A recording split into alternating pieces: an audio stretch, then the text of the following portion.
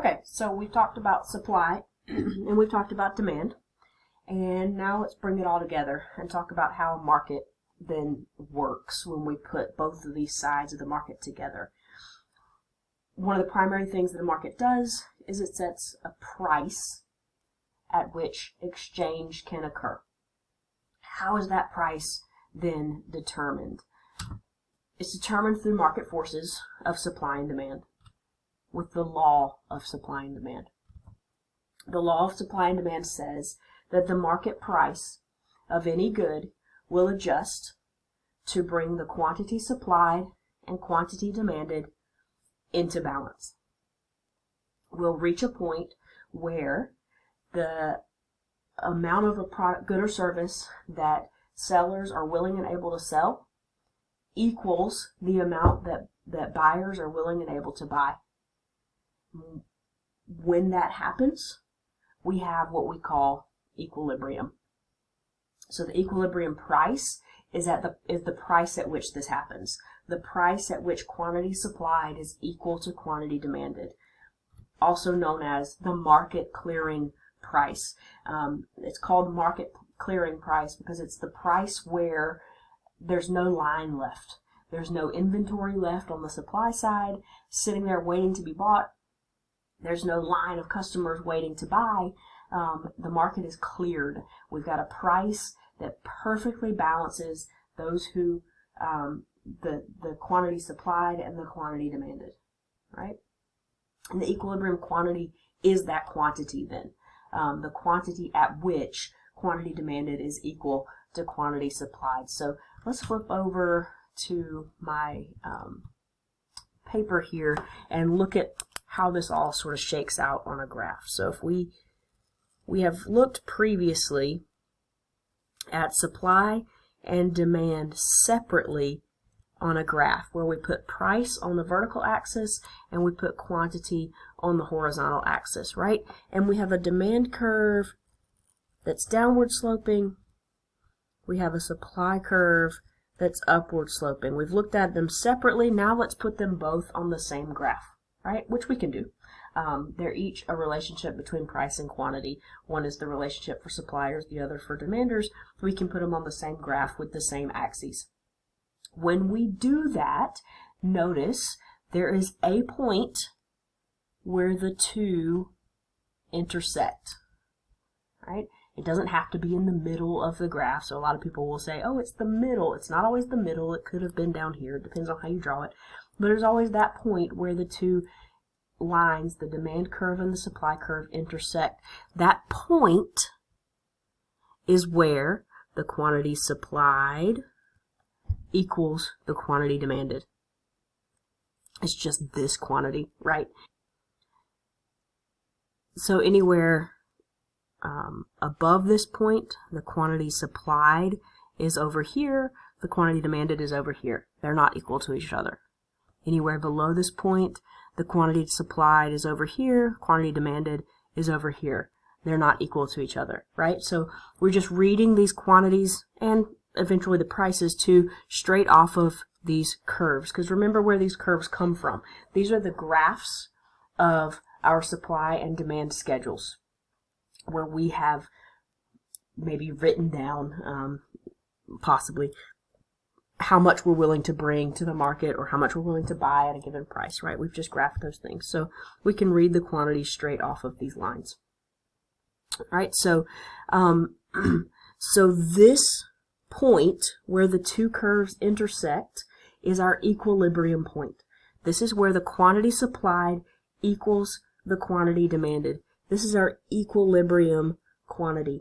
And the price that makes that happen, because remember your quantity supplied and quantity demanded are directly related to what is the price, right? How many I want to buy depends on what the price is. How many I want to sell depends on what the price is.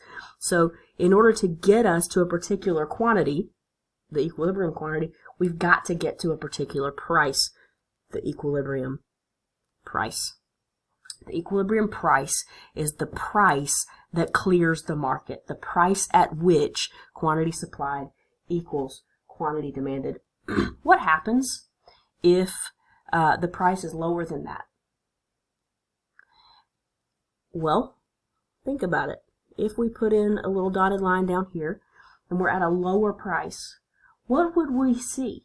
At this lower price, notice our supply curve is way over here at this price, and our demand curve is way over here at this price. It means the quantity demanded is way higher than the quantity supplied at a lower price. We're going to have a line out the door for our product. We're going to run out. We'll have what's called a shortage. We won't have enough stuff to sell if we have that price.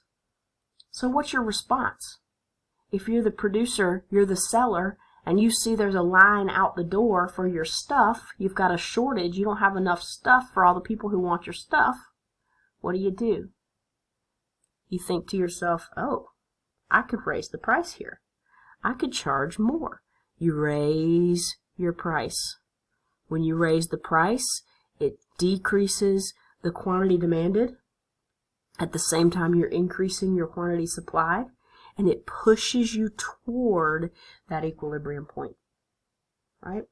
What if you go too far, right? So here's one thing I like to remind people is this is cute and fun to talk about, but in real world, if you start a business, it's very unlikely that someone's, particularly if you're starting a business and you're selling something that's unlike other things that have ever been sold before, you don't have a lot of past data to go on. No one's going to be able to just hand you, here's your equilibrium price. Here's the price you should charge. Here's your supply and demand curves. Have fun, right? It's in the real world, we don't just have this information available to us. It's more of a trial and error. So maybe you come in and you set a price that you think will work. You watch what happens. There's a line out the door for your product. You realize, oops, could have charged more. So tomorrow you come in and you raise your price, right? What if you raise it too high? What if you guess again and you guess something up here? Now what will you notice happening? You will notice that quantity demanded is very low compared to your quantity supplied. You'll have a lot of leftover inventory. You'll have what we call a surplus at the end of the day. How do you get rid of a surplus? You lower your price, right? So you'll lower your price the next day. And you may have to go back and forth a little while, but you bounce around and you're always getting closer and closer to the equilibrium price. This is that invisible hand that we've talked about in previous videos, that Adam Smith talked about.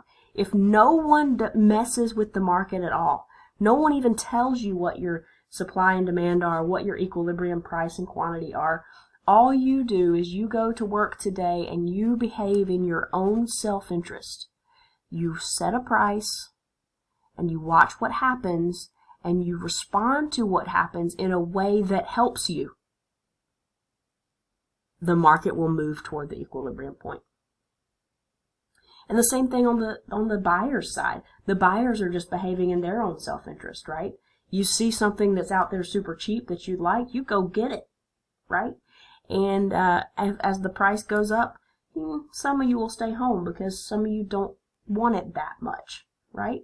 So you're just behaving in your own self-interest, and it pushes the market always toward the market equilibrium. And even here's an interesting phenomenon that sometimes happens is if the business owner fails to do anything about it. So say I go in as the owner and I set a price that's too low. There's a line around the block for my product and I think this is fun and I just watch it happening and I don't change my price. What happens? The consumers will change the price for me in the following way. If the price of the good is really low and you're first in line, you'll buy 3 or 4 of them. And then you'll go outside to the people who are around the block standing in line and you'll say, hey, I just bought these for $2. I'll sell them to you for $2.50. Right? A black market of sorts will develop. And even if the seller himself didn't change the price, didn't increase the price in the market will increase because it's in the best interest of the individuals in the market to do that. And so when people just behave in their own self-interest, no one had to come in from outside and change the price here. No government forced the owner of the business to change the price. The owner of the business just does what's right for him or her. And the consumer, no one forces the consumer to buy a product or stop buying a product. The consumer just does what's right for him or her. When that happens, if we have a market and we let it go with enough competition, we'll always move toward the market equilibrium. Because if you start too low, you'll have pressure to move up. If you're too high, you'll have pressure to move down. The only place where there's no pressure, where things sort of settle out, is where you're at that equilibrium, at the market clearing price. So let's look at here. So we've talked about some of these things. So a shortage occurs whenever the quantity demanded is higher than the quantity supplied, which happens when the price is too low. At a price below the equilibrium, you'll have a line around the block. And what will happen is the price will rise over time toward the equilibrium. Why? Well, because consumers will outbid other consumers, right? You'll have some who will say, no, I wanted enough to pay a little more. Please give it to me, not to all these other people standing in line, right? And you'll be able to increase the price and find those people who really value it the most. A surplus happens on the other side. It happens when the quantity supplied is greater than the quantity demanded. You've got extra sitting on the shelf. This happens whenever your price is above the equilibrium, and given time, the price will fall toward the equilibrium. Why? Because the firms don't like inventory. Stuff sitting on your shelf is money that you're losing, right? So you'll lower your price to get rid of your mounting inventories. Here's the picture, which I drew already. This is just a little bit prettier version of it. So you've got your equilibrium price there where the supply and demand curves intersect. And at any price below that, you'll have a shortage. At any price above that, you'll have a surplus. And we see that prices then will always tend to move back toward the equilibrium. Notice here on this graph, you can actually determine the actual amount of the shortage by looking at the quantity demanded and the quantity supplied at a given price. So the number of people who want it is 750. The number that are on the shelf is 250. So the difference between those two gives you the amount of the shortage, how many short you are. On the other side, the difference between the number of people who want it and the number that are on the shelf gives you the amount of the surplus. And no, it doesn't always have to be symmetrical like this. You could have a surplus way up here that's much higher, much larger surplus than this shortage. They're just drawn here in sort of a simple way to keep the number of numbers that we have to put on this graph down. It doesn't have to be symmetrical like this. So once you understand how we sort of put these pieces together, the supply piece and the demand piece, now you can start to bring into the picture the fact that, as we have discussed in previous videos, the fact that supply and demand are not stationary. That there are things that will happen that will cause demand to increase or supply to increase. What that does then is change your equilibrium, right? So in this first picture up here, we see a demand increase. Something happens like the study that comes out and says oranges cure baldness, right? All right, now everybody wants a lot more oranges. What's the result? The result is that we see supply didn't change, right? The fact that oranges cure baldness doesn't change how much the producers are going to bring to the market. It changes how much the consumers are going to want, right? So it shifts demand. And when it shifts demand to the right, we get a new market equilibrium. So the price is going to go up and the quantity that is sold is going to go up. We'll see a similar thing happen if supply increases. So we get new technology that helps us to make coffee more efficiently, faster, and better quality. It increases supply of our coffee. We'll see a new equilibrium. Our new equilibrium will have a lower price and a higher quantity than before. we also could see shifts in the other direction. And then it gets really fun, and you can play around with this on your own some. It gets really fun when more than one thing is shifting at a time, right? So when you encounter these problems, like in homework problems and things like that, where both supply and demand are shifting, break it down. Think about the problem at one piece at a time. What happens when demand goes up or down? And think to yourself, okay, demand increases, then that's this picture. If demand increases, that means my price is going to go up, and it means my quantity is going to go up, right? What if supply is increasing at the same time, right? So something like the study comes out that says that oranges cure baldness, and at the same time we get some new a new fertilizer that helps orange growers produce more oranges, right? So we get demand and supply both increase at the same time, okay? So let's shift over to my piece of paper and think about this. So if demand goes up and supply goes up at the same time, what will be the result? So think through them one at a time. So when demand goes up, that's this picture, right?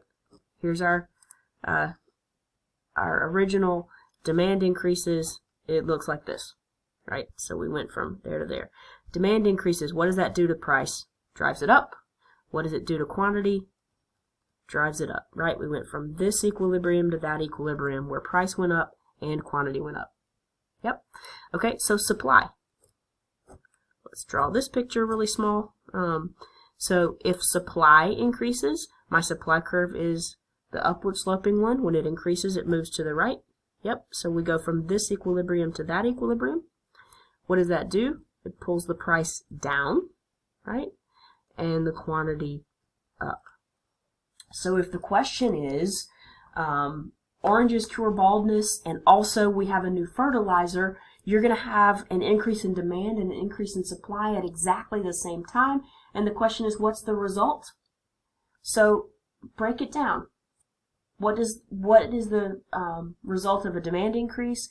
What is the result of a supply increase? And now let's put them together. So overall, what happens to price and what happens to quantity? Right? It's clear quantity is going to go up because each of these two things that are both happening have the effect of pulling quantity up. So I know quantity is going to go up without a doubt. Price, on the other hand, I have a question mark about. Why do I have a question mark? Because when demand goes up, it pulls the price upward. But when supply goes up, it pulls the price downward. So without more information here, like which one moved more, did demand go up more than supply went up? I'm not really sure what's going to happen to price at this point. I know that the quantity is going to go up because both of these have the effect of increasing quantity. But I'm not really sure what's going to happen to price without more information. And that's okay. That's where you can leave that. Unless a question gives you more information, then you just have to say, you know what, not sure what's going to happen to price. But this is how you would work a problem when more than one thing is shifting around and you want to see what's going to be the result on the equilibrium price and quantity. So think about each piece separately. What happens when the demand changes? What happens when the supply changes? And how do I do that? I always draw the picture and actually look at, okay, so when demand went up, I went from this dot to that dot. That means I went up and I went to the right. So price went up, quantity went up, right? When supply went to the right, I went from this dot to this dot. So I went down and to the right. Price went down, quantity went up. So you just analyze things, talk to yourself one step at a time, go through these things, and then in the end sort of put it all together and think about, all right, then what's the overall effect when all of this is happening at once? So I hope that helps with sort of a good introduction to markets. there's the demand side, the supply side, and then what happens when we put them together. When we put supply and demand together, that's when we really see the beauty of the market, the invisible hand that if no one interferes with the market and people just behave in their own self-interest, the market will tend to move always toward that equilibrium market clearing point where quantity supplied equals quantity demanded.